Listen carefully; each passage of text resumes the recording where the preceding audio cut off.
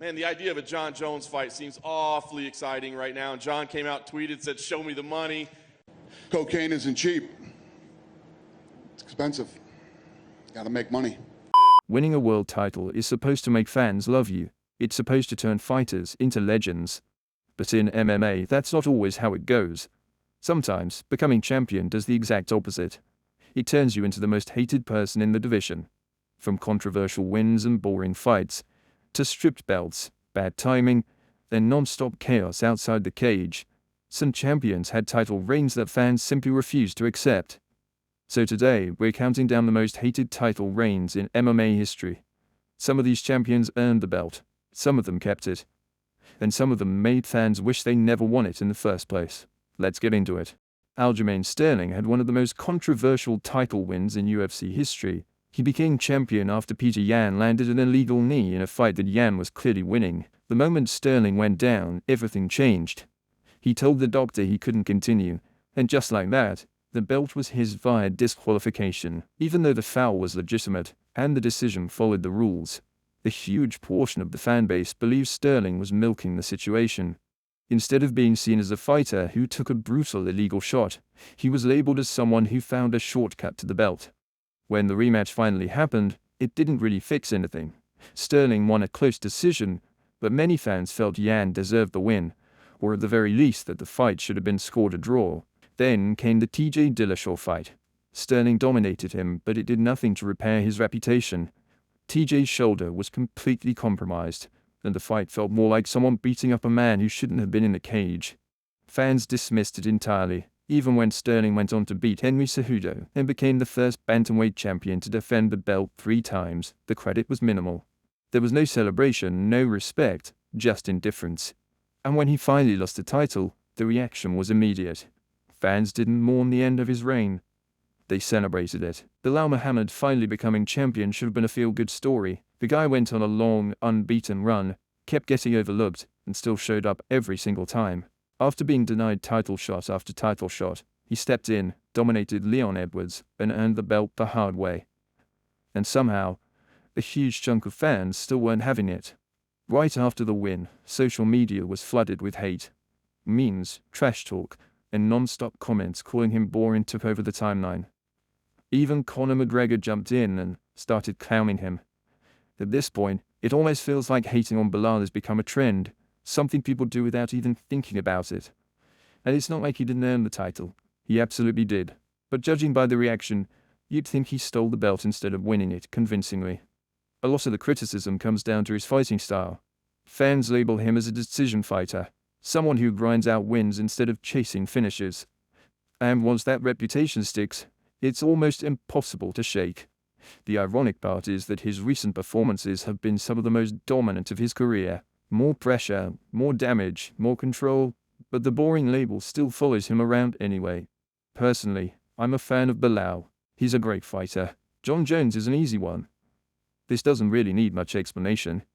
He's arguably the most talented fighter to ever step inside the octagon, and at the same time, one of the most disliked champions in UFC history.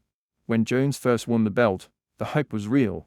He became the youngest champion the UFC had ever seen, and for a moment, it felt like the promotion had found its next golden boy. The timing couldn't have been better either. Just hours before that title fight, Jones was involved in stopping a robbery in New Jersey. The guy broke into a car. Jones and his coach chased him down, held him until police arrived, and the story spread everywhere. It looked like the perfect origin story. But that image didn't last long. Some fans never bought the role model act, saying Jones felt more like a bad guy pretending to be a good one. Then came the DUI, and that polished image started cracking. The real turning point, though, came at UFC 151.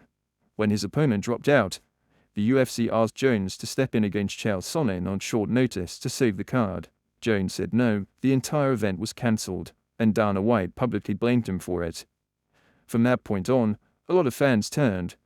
Even with dominant wins over names like Rampage Jackson, Rashad Evans, and Glover Teixeira, the conversation always drifted back to the controversies, the eye pokes, the social media incidents, the legal trouble, and the fact that he was stripped of the title for failed drug tests. Man, the idea of a John Jones fight seems awfully exciting right now. And John came out, tweeted, said, "Show me the money." Cocaine isn't cheap. It's expensive. Gotta make money. And a hit-and-run incident. Strangely enough, his fanbase still grew. Some people embraced him as an anti-hero, a guy who broke the rules and dominated anyway. Even his retirement wasn't clean. Instead of celebration, it sparked more debate, with some fans claiming he walked away because he didn't want anything to do with Tom Aspinall. Love him or hate him, John Jones never leaves quietly. Conor McGregor is one of those rare fighters who's loved and hated in almost equal measure. There's no debate.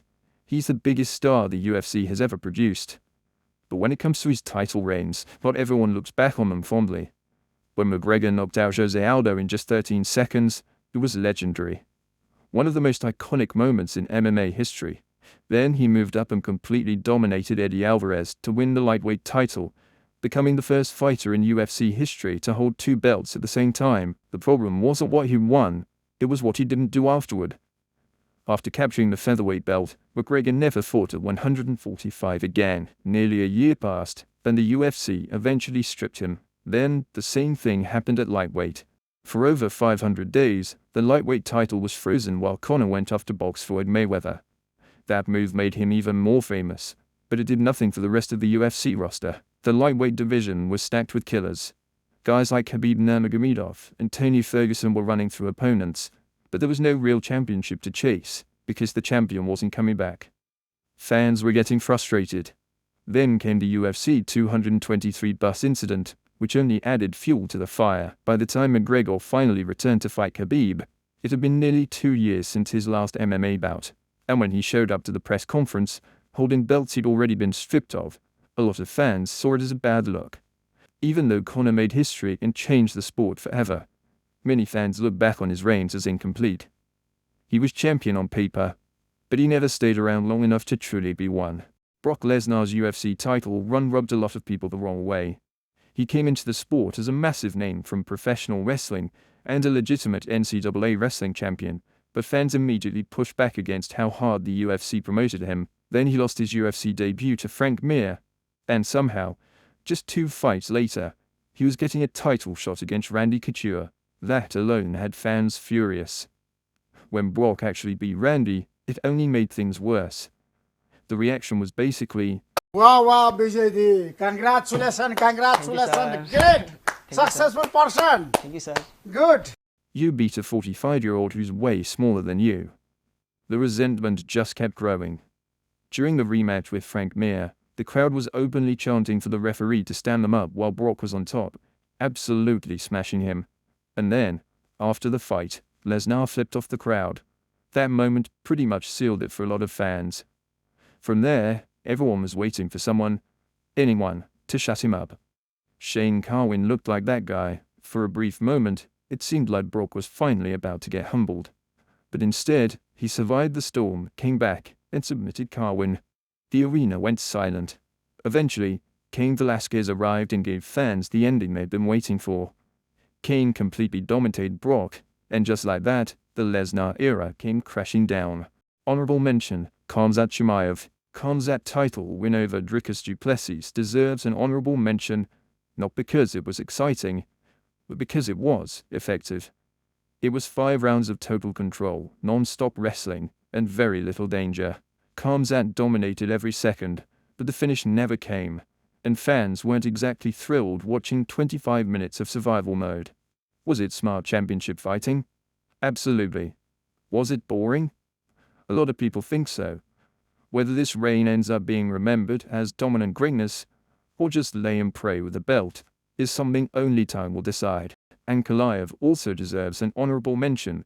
When he finally won the light heavyweight belt against Alex Pereira, it should have been a massive moment.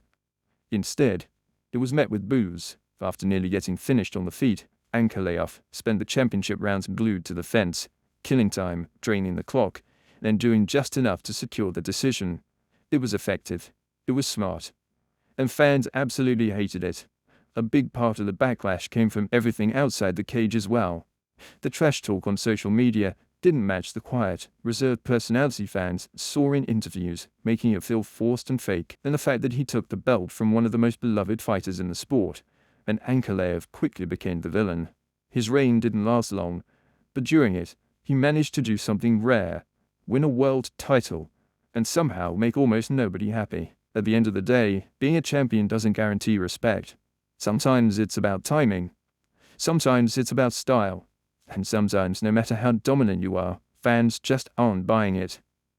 Every fighter on this list earned their belt, but not every title reign earned the love. So let me know in the comments, which title reign did you hate the most, and which one do you think got way more hate than it deserved? If you enjoyed the video, make sure to like, subscribe, and I'll see you in the next one. Peace out.